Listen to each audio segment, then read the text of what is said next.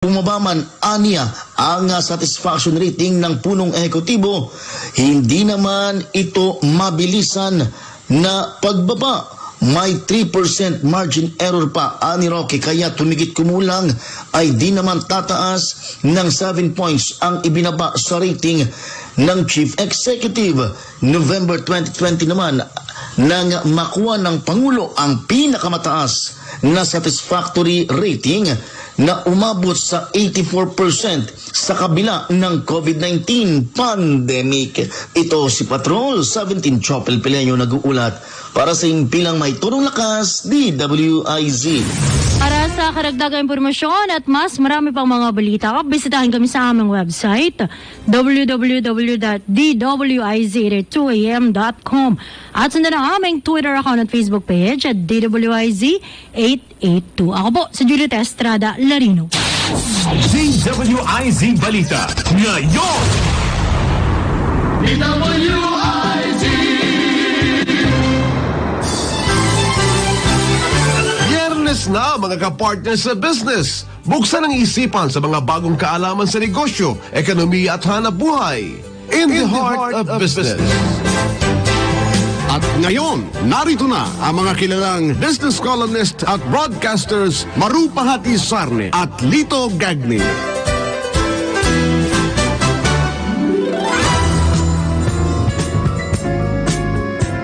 Hello! Magandang hapon mga kaibigan. Welcome po dito sa In the Heart of Business.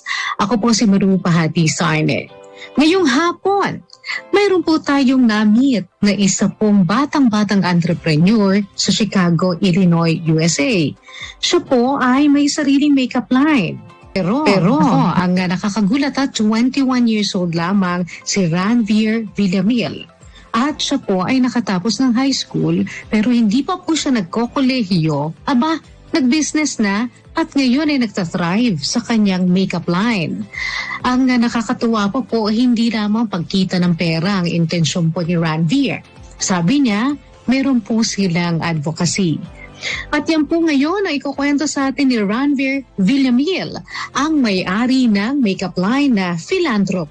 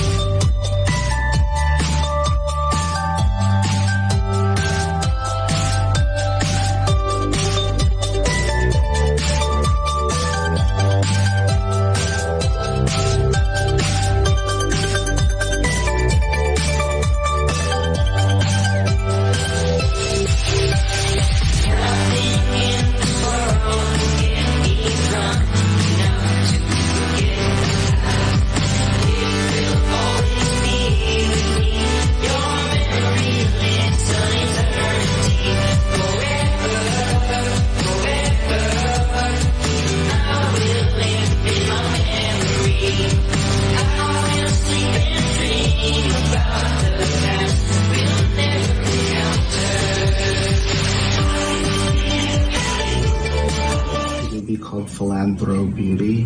Philanthro? Yeah, like philanthropy. Like philanthropy, yes. And our new model. Because you're helping out in every makeup that you sell. There's a 10% that goes to the 10 to 20. Oh, wow. And sometimes we can be generous and do more, depending on what's going on.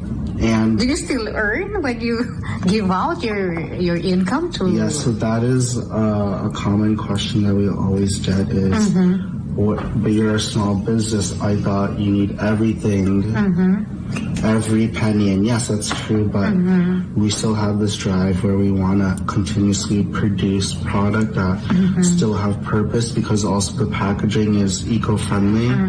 So we want to make sure that everything is recyclable as much as we can. And the price point is affordable due to the fact that it's cruelty-free and vegan. Si Ranveer po, 21 years old lang siya, pero may sarili na siyang makeup business. Sabi ni Ranveer, hindi na siya nag-college pa. After high school, dumiretso na kagad siya sa kanyang makeup business. So, how did you start? Paano ka nagsimula dito sa makeup business mo?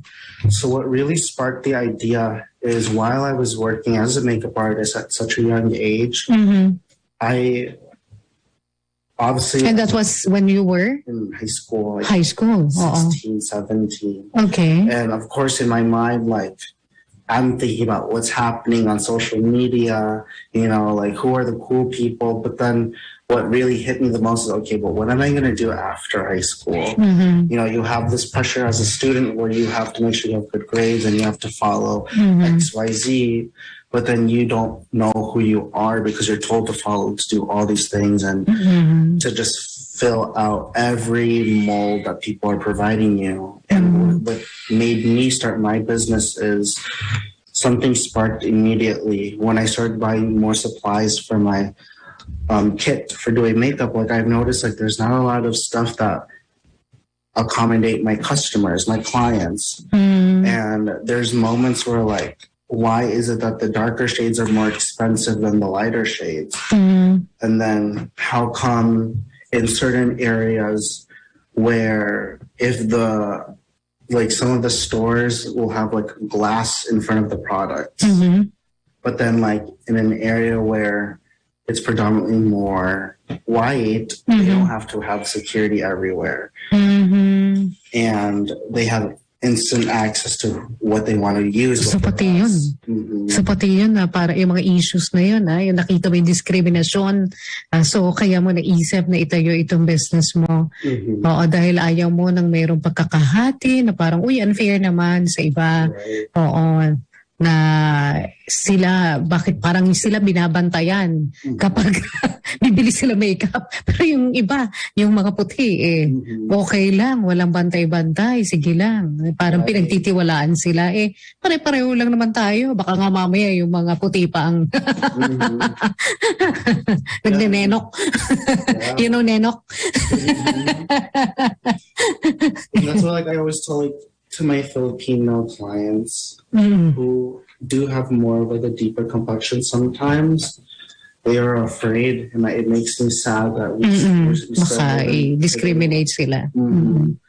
Where if you don't look light, you're not pretty, and I hated that so much. So I always remind them like you belong in the sun. Yeah. The reason why you get dark is it's meant for you to do that because you're like a chameleon. You should embrace it. You don't burn. You actually glow. And that's the benefit of being Filipino. And this guy is just 21. Very, very wise words. Alam mo, parang ang dami mo ng pinagdaanan, Ranveer. Para ka matanda. Baka, you're trapped in a young man's body. I feel like I'm in like in a tita's body right now. No, very, very wise. Pero si Ranveer, yan nga, nagsimula lang daw siya na assist sa pagme-makeup, na may mga celebrities na siya na make-upan, kaya nagsimula lang siya sa ganon. Pero eventually, naisip niya na magtayo na ng sarili niyang makeup line kasi nga napansin niya na merong diskriminasyon kapag may kulay o mga brown o kaya black ang mga bumibili ng makeup sa mga stores. Bakit iba yung para sa kanila?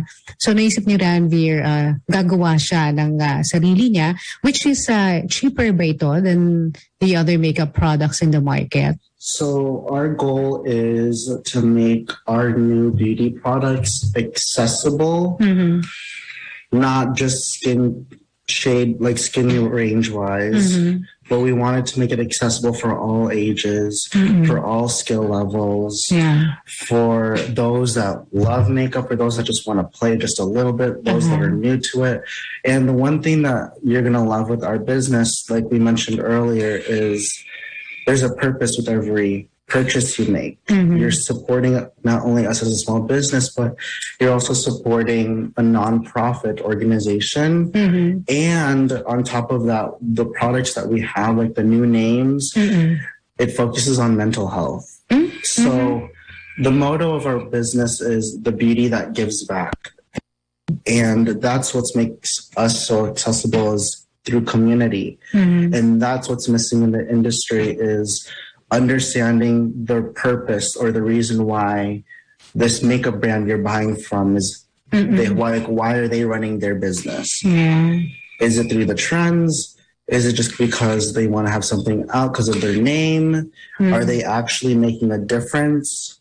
Or are they just overpricing something that you know you can get with a meaning and also with cleaner ingredients? And especially for me as a business, I wanted to make sure that I can provide accessible vegan products / cruelty-free products to everyone without having them spend a lot of money. And you also have to remember with the price range that we have, we try to meet in the middle where we can provide enough for the nonprofit, enough for us, but also enough for you guys to get more stuff in the future. So, paano mo pinag-aralan yan? Yung pricing ng products mo? At saka, una pala, saan ka kumuha ng una mong kapital para sa business mo? Okay, so from pricing, from understanding like how do I run the business of like how much should I charge, you know, like how do I do this? I would literally just go to the store. It's So nagre-research ka? It's a free outlet to see what's out there, have an understanding like how much are they charging this product. And do you also study the ingredients of this product? Yes. Okay. Sometimes you may see two different boxes from two different brands, but then you realize like they both have the same exact ingredients. You just didn't know. I'm passionate about activism, philanthropy, my culture as being Filipino. So what I had to do to understand what to do for the business is understand my surroundings. What is going on right now? I feel like sometimes when it comes to having your own business, you want to focus on the later. You want to focus on the accomplishments. Yeah. But then we forget that we have to start from somewhere in order to get all of that. Yeah. And it's not going to be given to you, unfortunately. That's how I learned. Like, I had to immediately join these classes, go online, search it myself. Ayun ang ginawa ni Ranveer pa, no? Nag-search lang siya online, may mga classes online, lalo na yung mga free, mga tutorial on makeup and also in doing business. Yan ang ginawa ni Ranveer para matuto siya on how to start with his own business. So, paano ka nag-start? Ano yung capital mo? How much was your capital when you started your makeup business? So that's like one common question people always ask. Yes. How much do you need to start a business? Yeah. And in all honesty, you could have whatever in your bank from 50, 100 to thousands. The one thing that you're going to need is the fuel of the drive that you have in your business. Okay. You see, there's lots of millionaires out there where they have a successful business, but are they happy? And for me, when I wanted to do the business, of course, I wanted to make some type of income from my future. But what's so fascinating is that it has enabled me to build myself from trauma that I've dealt with. It has enabled me to inspire others that it's okay to be who you are. It's okay to have a understanding with what's going on in today's world. You don't have to be a sheep following everyone's footsteps. Did I get it right? You had trauma, you had bad experiences when you were putting up the business, ganun ba? Yeah, so during the business, before it, all of it, it's just there's a lot of things that happen within it. You would think it'd be simple and fun, but there's a lot underneath that not many people see.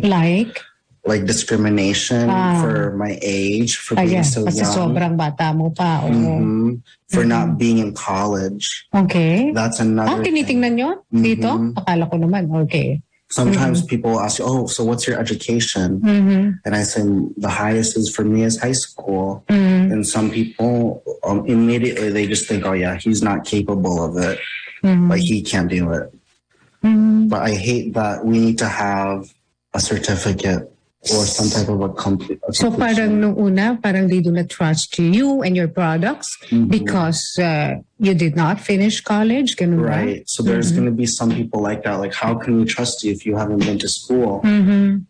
but people don't realize like I have this major drive.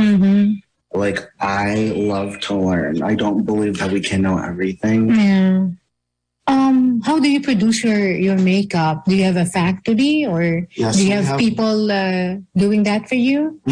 So crazy thing is it all started in my room. I would mix. Dun and sa make it- kwarto mo lang. Yes, in Oo. my bedroom. Mm-mm. And I was like, okay, this is not going to be good anymore. I need actual people to do this because now I need more than just 5 pieces. Tap and look at my hair. Feeling ni Ranveer. I'm going to spray your face real quick. So Ranveer, can you tell all our audience what are your plans and your advice to the young people out there who still cannot find themselves? Because, kasi nga dahil may expectation sa kanila ang parents nila na dapat may career sila, na dapat may regular job sila. Pero para sa feeling nila, hindi pang-business ako At gusto ko simula na agad yung business ko. So ano ang maipapayo mo? What can you say to those people who are still struggling to find themselves and to find the right job or the right business for them? So definitely my biggest advice when it comes to those that feel like they're neglected or rejected is, in order to find acceptance through others, is to find your acceptance with yourself first. If you can't learn to accept who you are, how are people going to expect to accept you? What are they accepting from you? And that was a struggle when I first started to find that acceptance. I didn't know how to get accepted because I didn't know who I was. So my advice is, have a connection with yourself first, learn what you want to do, have an understanding why do you want to do what you want to do.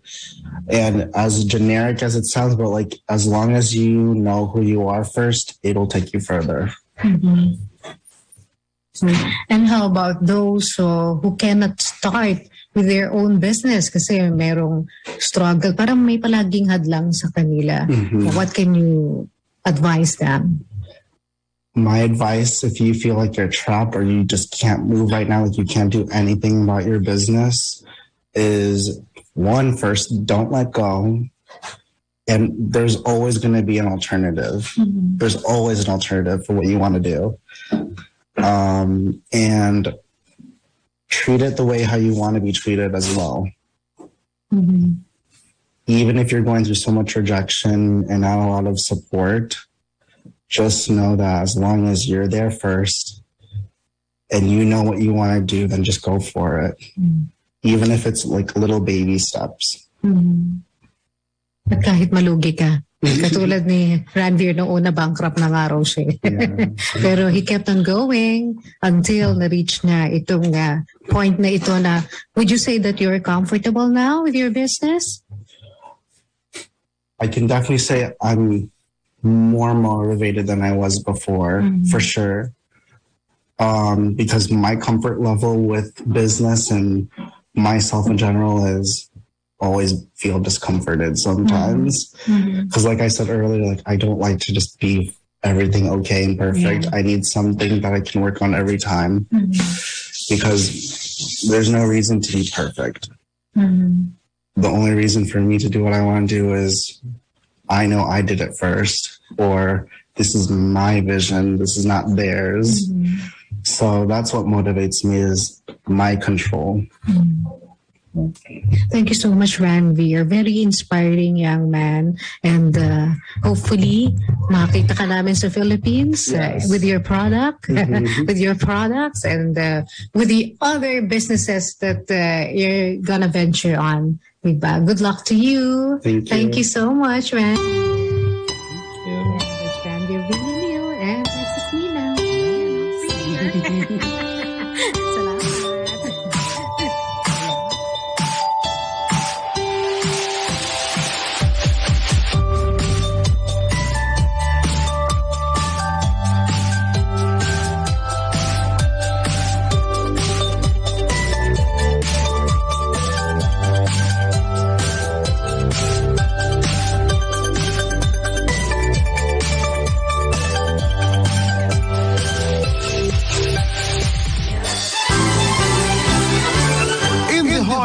Business.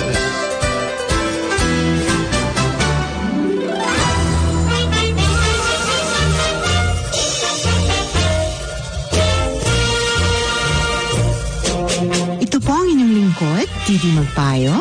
Samahan po ninyo ako sa palatuntunang Bella Filipina.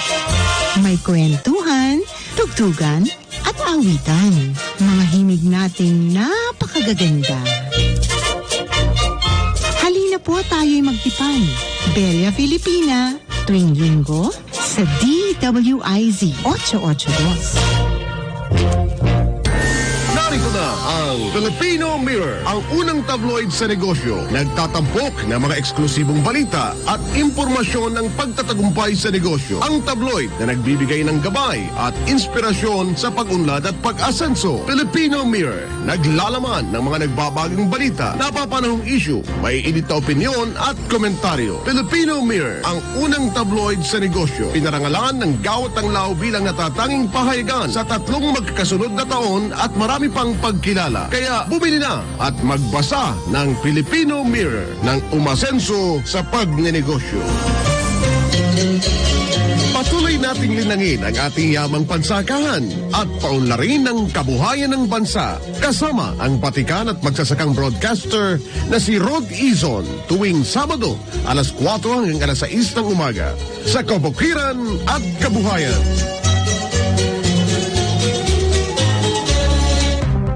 Patuloy na naglilingkod sa bayan. Mas todong pagbabalita. Mas todong pagseserbisyo publiko. Ito ang DWIZ 882. Mas todong lakas. Mas pinakikinggan ng buong bansa. DWIZ 882. Sa komentaryo, numero 1, Karambola. Sa pool, si Jarius Bondo. Teka, alas 4:30 na. At laban para sa karapatan.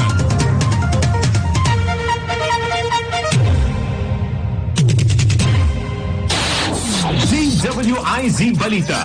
Ngayon! Pinayuhan ng Department of the Interior and Local Government o DILG ang publiko na magdala pa rin ng face shield paglabas ng bahay. Ayon kay DILG Undersecretary Jonathan Malaya, ito ay para sa mga pagkakataong kailangan magsuot sakaling mapunta o madaan sa mataong lugar. Ani Malaya, hindi naman komplikado ang bagong direktiba ni Pangulong Rodrigo Duterte sa pagsusuot ng face shield dahil mismo ang mga tao ay maaring magdesisyon kung kailan ito dapat gamitin. Kasabay nito, ipinabatid ni Malaya na nagpupulong na ang Sub-Technical Working Group at DOH para makapagpalabas ng mas madaling gabay ng publiko ukol sa mga posibleng lugar kung saan kakailanganin pa rin magsuot ng face shield.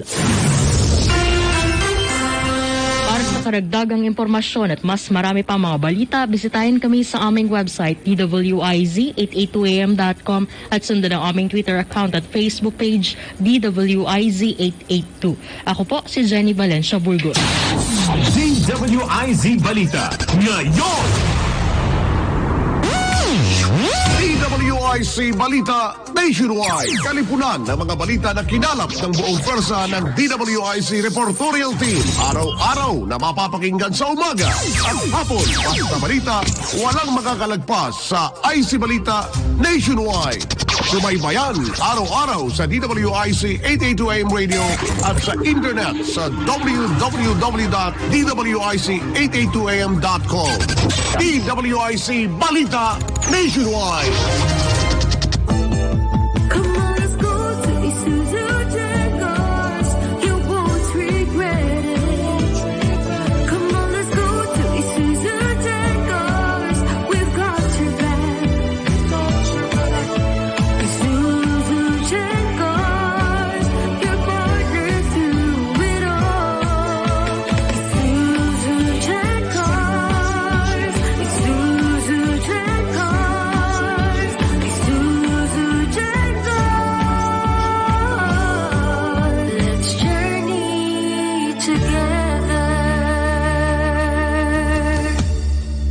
Visit Isuzu Gencars Makati, Isuzu Santa Rosa, Isuzu Batangas Santo Tomas, Isuzu Batangas City, Isuzu San Pablo, Isuzu Legazpi, and Naga.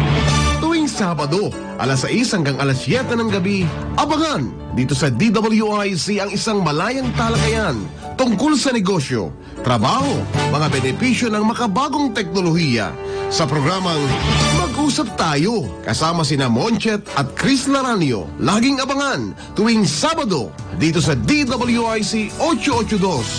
Mag-usap Tayo! DWIC!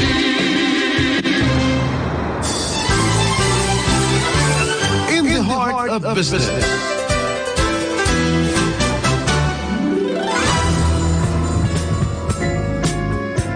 At ngayon mga kaibigan, ang makakasama naman po natin ay isang very interesting na Pinoy sa Chicago. Siya po ay dating kaklase ni Lea Salonga sa UB Montessori at may mga kwento siya tungkol sa kanilang kabataan ni Lea. At ngayon dito po sa Chicago, siya po ay very successful sa pagiging salesperson ng mga sarap tinapay. At ngayong pandemya, paano kaya siya nakapagpatuloy sa kanyang trabaho?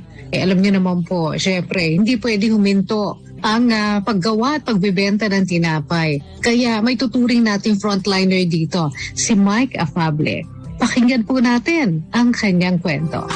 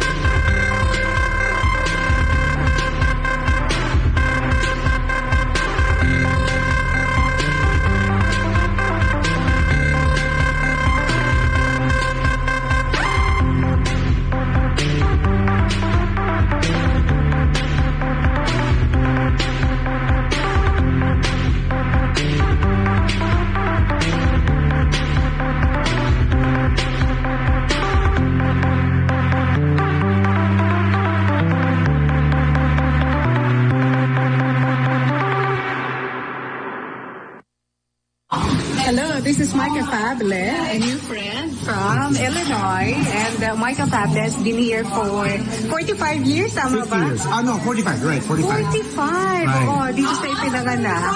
Pero umuwi-uwi ka sa Pilipinas. Every year. Oo, Yeah. every year. Before the pandemic. Oo. But from 5 to 10, inuwi ako ng mami ko ng mga 5. Tapos hindi na ako pinatawag at lola ko.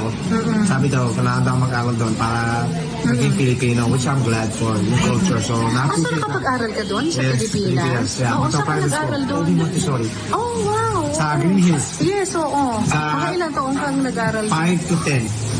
Grade Grade kindergarten to 4th grade. kindergarten, oo. So natuto ko, which is kind of good during that time. So, klase ko pa si Lesa Longa. Oh, yeah. For 5 years, yeah. Oo. So, sumikat siya nung Little Orphan Annie. Oo. So, So, magaling ka rin kumanta like hindi Lea naman, Salonga. pero I can carry my weight, but hindi ka tulad ng, syempre siya, she did workshop and all that stuff. Parang maganda. Ikaw, hindi ka nag-workshop. Oo. Pagkaaral na ako, more kalokohan, back in the day, yung barkada, you know, and then, ganito din dito, nung pinalik na ng tatay ko dito sa States after my lolo passed away. So, nung 10 years old, binalik ako ng tatay ko dito. Dito na nag-aaral. Kalokohan pa rin. I think I only shaped up nung high school college na ako. Doon na ako medyo nag-matured na. Oo. Kasi kailangan na may direction sa buhay. Pero naalala mo nung panahon na magkaklase pa kayo ni Lea Salonga? Very clear pa sa utak ko. Yes. Oo. Ano, Yeah. close ba kayo?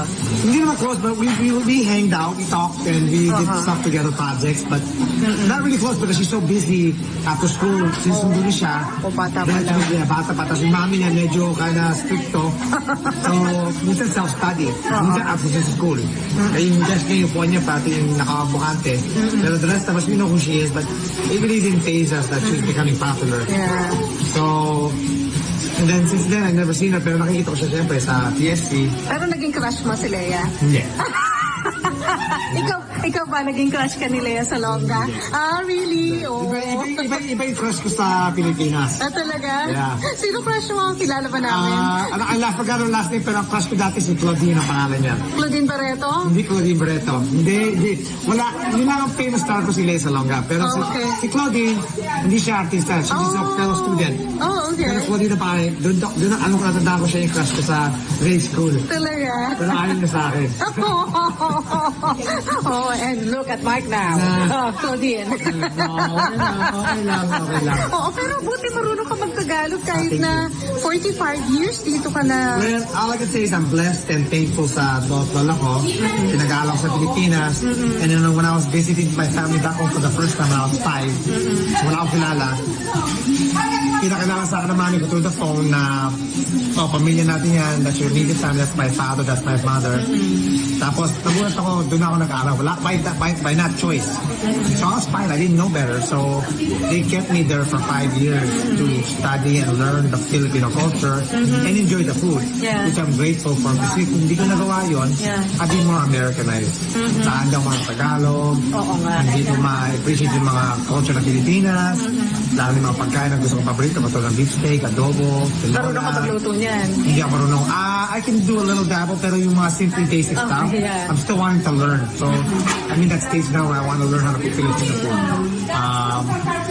But they cook more. Kasi most of my life sa Pilipinas, saka dito, it's always been cooked by the women in my life. Mga tita ko, lola ko, mga pinsan ko, puro babae. Tapos yung mga kapatid ni Tess, puro babae. Sila parati nagluto. Si Tess yun, wife yan. Yes. Ni Mike yun. Si Tess is a nurse, ano? Yes. How about you? What do you do here? I'm basically, my title is called the route salesman. So I'm sales co. I work for a company called Bimbo Bakeries. I handle products like Thomas Entenmann's, Sara Lee, Entenmann's Cake, Little Bites, Ballparks. Wow. So I handle stores like Jewel, Walmart, Costco, big accounts here.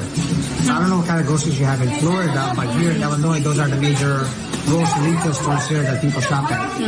And So, puro ano yan, bread, pastries, yun. yes, Ano so I have Entenmann cakes, donuts, loaf cakes, raspberry Danish strips, cheese Danish, little bites. And then when it comes to bread, I have honey wheat, butter bread, whole grain, artisanal, ballpark buns, hot dog and hamburgers, and then Thomas bagels, yung pang breakfast, muffins. Yes. So, yeah, I didn't know a lot. So, but the company I work for is one of the biggest bakery companies here in the U.S. But it keeps me busy. I'm blessed. I have a good job, so I'm thankful. So, also, I guess I'm proud of myself that I worked hard through the years. Eh, paano nga pala yun? Pag kunyari hindi nabibili yung bread nyo, kunyari, ano na siya, nasa expiry na. Oh. So we have to take it out. Subtraction sa salary ko. Ah, talaga? So we get a base salary, commission, plus overtime. Oh, okay. So you have to order. Bakit sa'yo sinasubtract? O hindi na Kasi ako nag-deliver, ako nag-order. So I handle the supply and demand per store. So pag kailangan So kailangan kinokontrol mo pala. control every week, 5 days a week, and then the bread's 2 weeks cold, mga monthly bagels 1 week cold. Kaya every day, unti-unti lang in-order ko, just enough to supply the store, to give me 2 days to provide for the customers. So paano mo pinag-aaralan yung movement ng You bread go mo? to training and you study the flow of traffic, and then there's data and histories. It's called the ION from our company. So it tracks the history of each store, each account per item. So each week I go on the computer and study the market conditions, the trend. Like right now, kids are back to school, so business is picking up. So we're selling a lot more bread this week because of the kids are back to school. So moms and fathers are buying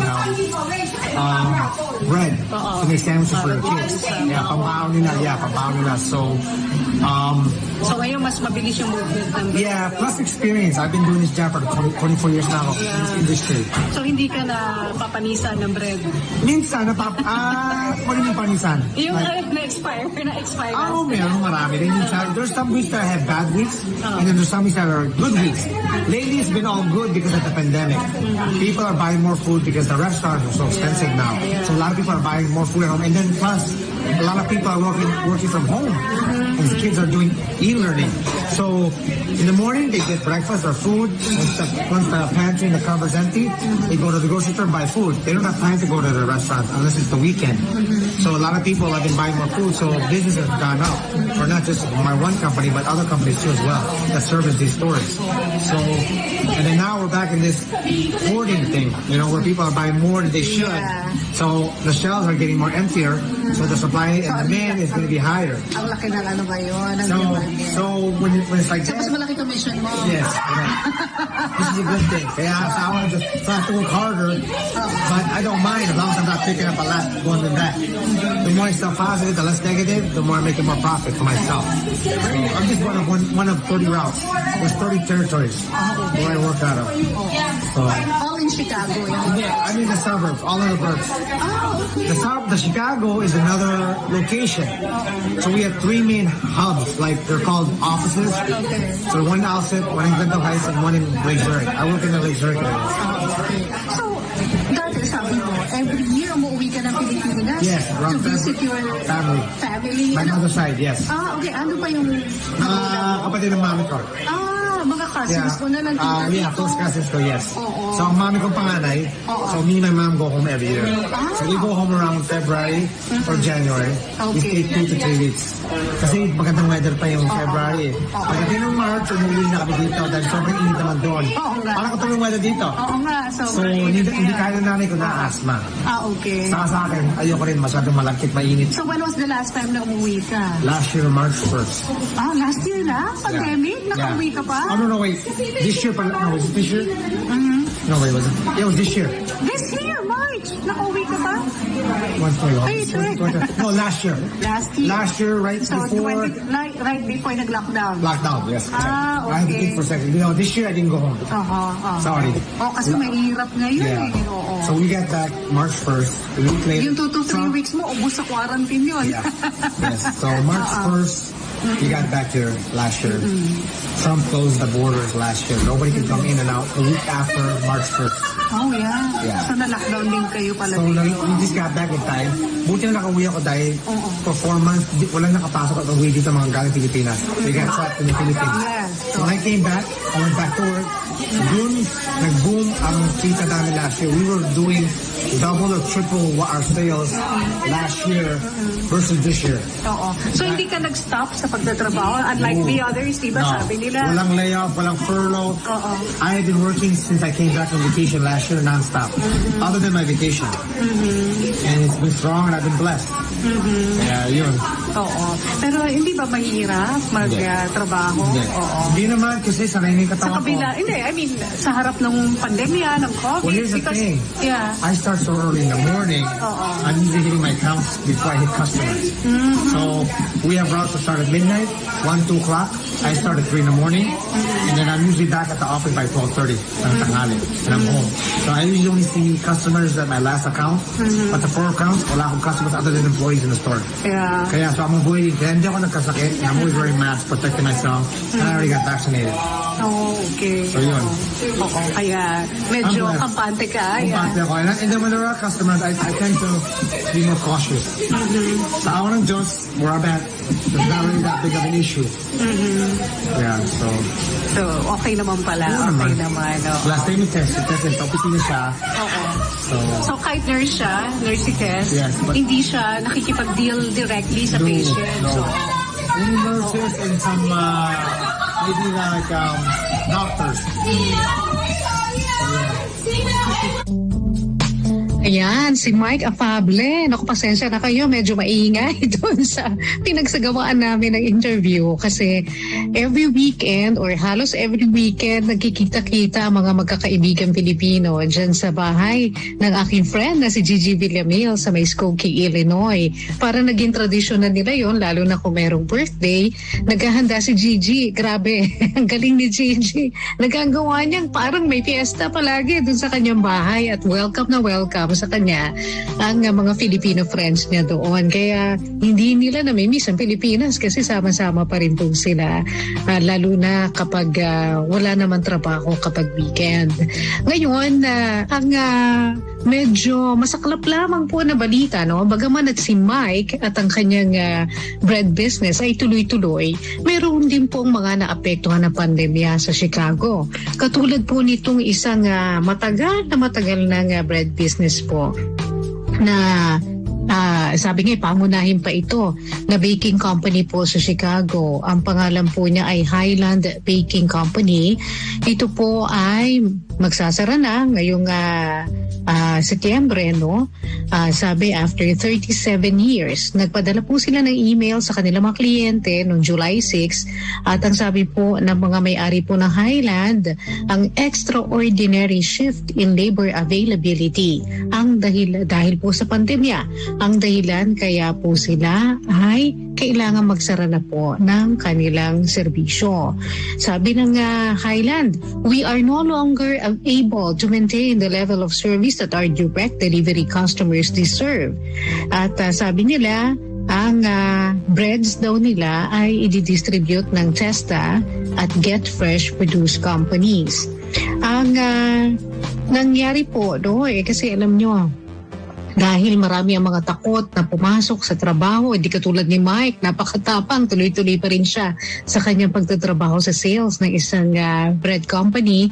Yung iba po kasi ay pinili nila na manatili na lang sa bahay o kaya humanap siguro ng ibang mas profitable na business, no, o pag-iempleyohan, no?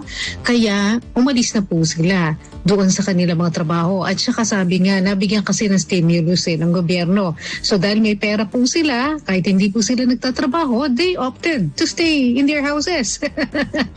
Kaysa magtrabaho. Kaya yan, hirap na hirap po tuloy maghanap ng trabahador ang mga kumpanya po dito sa Amerika, lalo na po dyan sa Chicago. Kaya nagsisisarahan po ang business at isa po sa naapektuhan itong top baking company na ito. Ang gayon din, no, ito rin pong isa pang kumpanya ay ang Highland po ay very popular na sa mga Chicago restaurants. Sila po yung order ng tinapay dito sa Highland.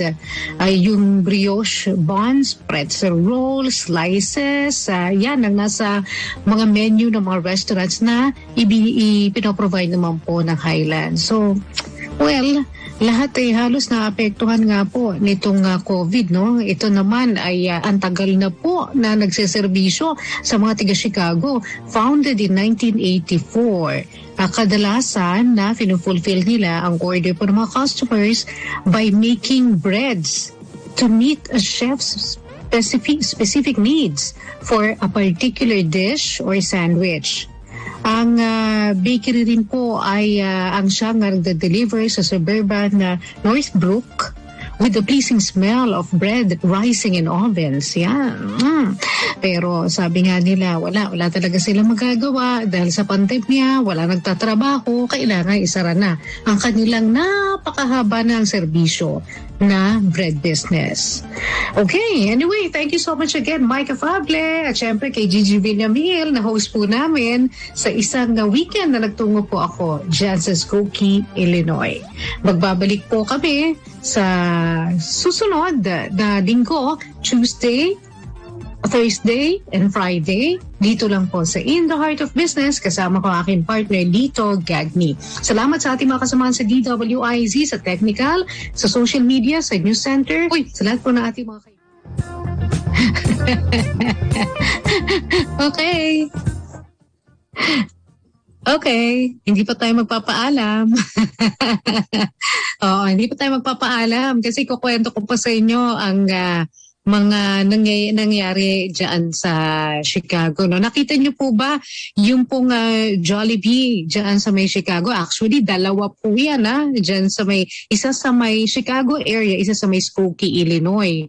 Ganun nila kamahal ang Jollibee. Ang dami pa rin pumupunta. Ngayon, nabalitaan ko na may Jollibee na rin dito sa sa Madrid, Spain.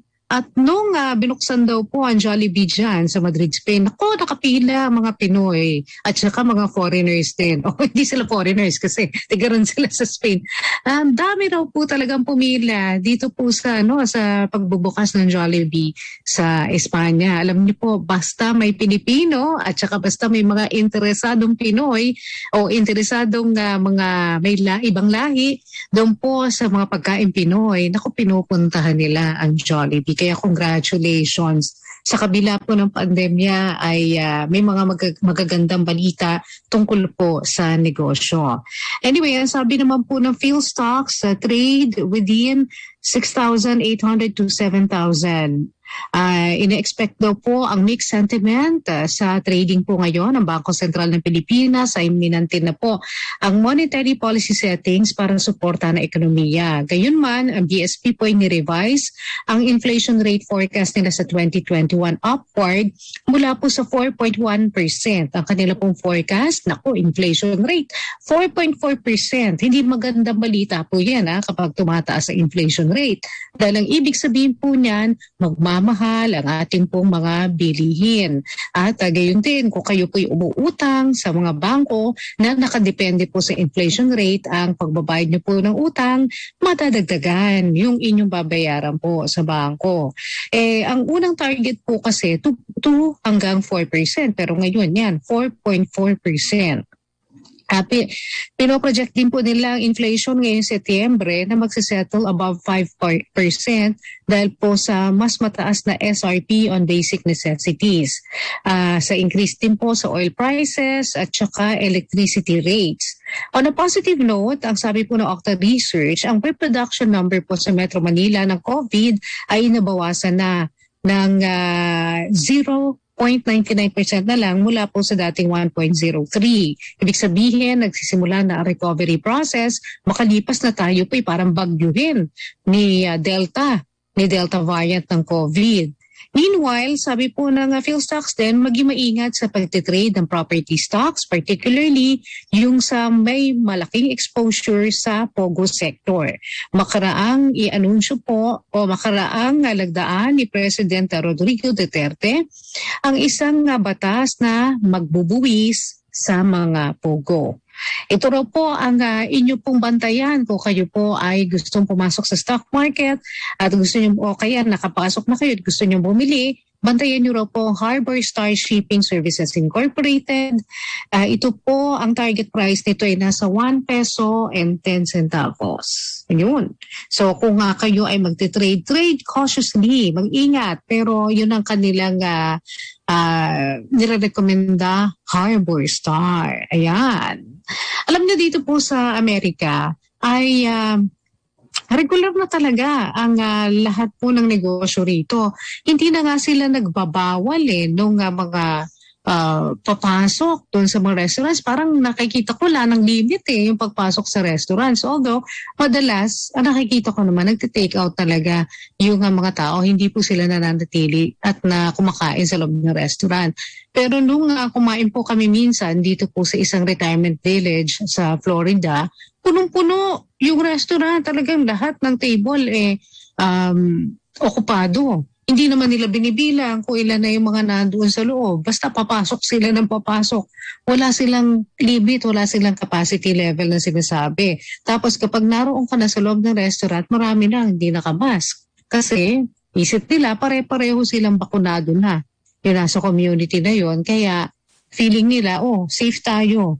Kahit hindi na tayo magmask, kahit maghingahan tayo rito, safe tayo mula sa COVID. Yun ang paniniwala nila dito. Dahil gusto nila talagang maging normal na ang kanilang buhay at maging normal ang pagnenegosyo. Tapos ang maganda pa po rito, wala po silang paghihigpit tungkol doon sa mga gusto nyo isoli. Kung kunyari, meron kayo nabili na, tapos hindi nyo nagustuhan yung nabili ninyo, o kaya feeling nyo ay gusto nyo lang na mabalik yung pera nyo, ibabalik yung pera nyo, wala nang tanong-tanong. Basta't ibigay mo lang yung tsaka walang limit ng araw. Parang ang limit yata nila ng araw para doon sa pwede pa isoli ang pera mo ay mga 30 days. After 30 days na hindi mo nasusoli pero gusto mo pa rin isoli, nakalipas na isang buwan, bigyan ka nila ng store voucher o yung parang card na kung saan inilagay nila doon yung value nung isinoli mo. Pero hindi ka pipilitin na palitan mo na lang ng ibang items yung iyong binili. Hindi.